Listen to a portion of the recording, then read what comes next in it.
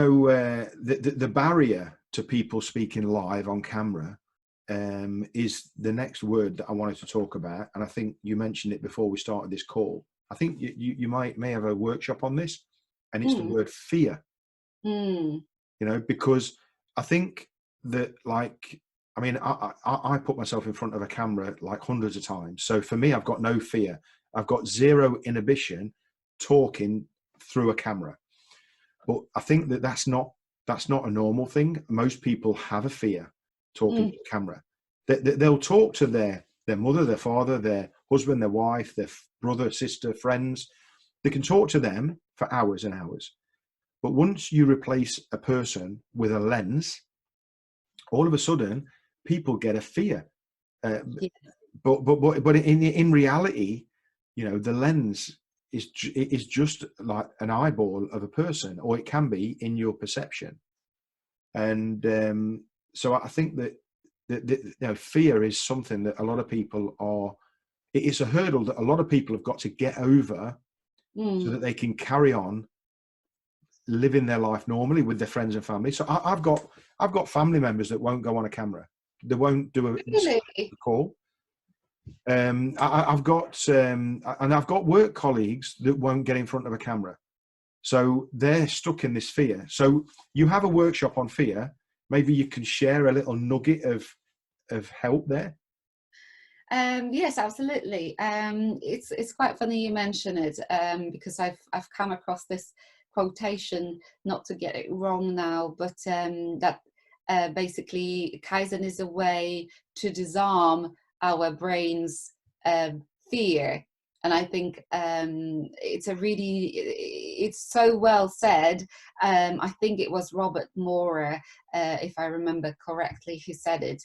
Um, Yes, because of how fear can paralyze us and just really limit us in so many ways. I'm really surprised that it's not something that's talked about enough, perhaps. And I also connect it to procrastination, that so many people struggle with.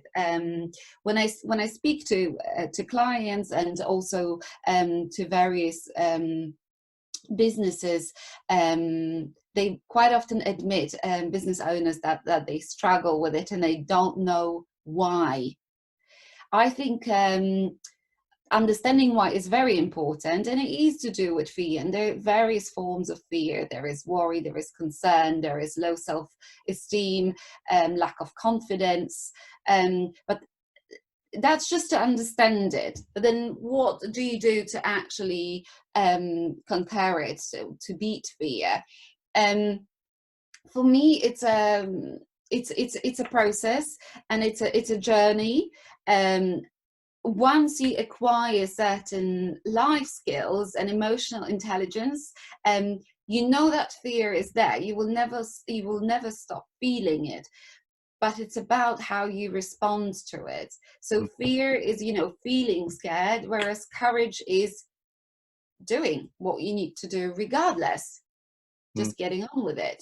Just ignore that feeling, because quite often it's irrational anyway. um so how do you conquer fear? You need to understand it, you need to accept it, and then you need to apply certain skills to be able to just move on, get on with your work, crack on. But it doesn't happen if you don't feel confident, if you don't feel that you can tackle it, because you've got the structure, you've got the process, and you've got the tools. And this is precisely what I'm trying to educate sometimes people on, to understand that it's not something that just, it is something that happens in your head, but once you externalize it, there are tools out there to help you, and you don't have to worry about it. You just need to learn them and use them, and everything will fall into place. That's how it works. But it's amazing how fear, prevents people from progressing in their career, from doing certain things, because they're afraid of the risk. there are ways of dealing with risk and managing risk as well. So there are tools out there for everything. So I would really, encourage people to look into how to beat their fear and not let it stop them from, progressing in their life. And also because fear makes us procrastinate, and research shows that chronic procrastinators, they suffer from a sense of guilt, a sense of shame and anxiety, and they also underperform. How can you not, knowing that, make a change? It's self-sabotaging. Yeah, I guess because the fear itself stops them getting out of that loop. I like the analogy that I'm trying to think of the name of the book. It's something to do with a monkey.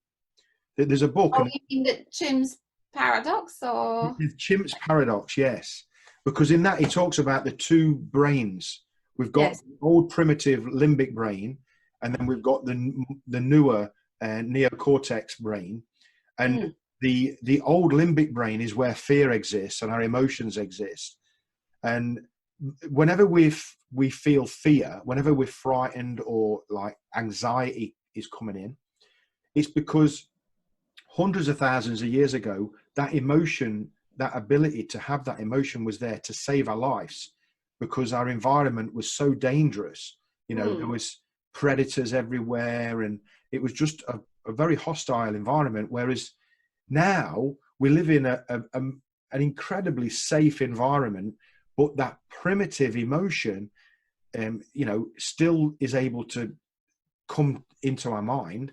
And so when we feel fear, emotionally, we're worried about our life. That's why that fear feeling is there, because we're frightened that there's a life-threatening something happening. But in reality, most situations that make that emotion come to a head are not life-threatening.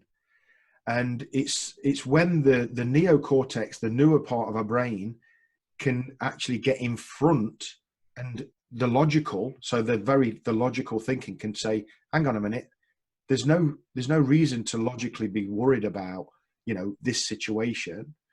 So the fear with the camera is the fear's there because we really feel like it's dangerous to us.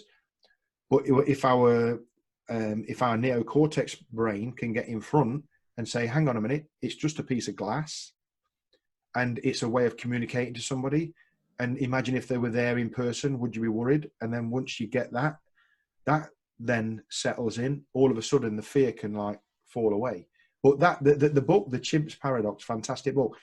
I read it maybe 2 years ago, and I think I want to read it again. So I'm going to actually dig that book back out, and I'm going to read it again, because it was quite a nice book. An eye-opener, isn't it? I really love that book as well, and I've read it twice. So yeah, I totally get what you mean, and it is exciting to be discovering those things for yourself as well. And I think sometimes awareness is enough, but sometimes people can tell themselves that this is just a camera, it's just a piece of glass, like you say, in the way of communicating.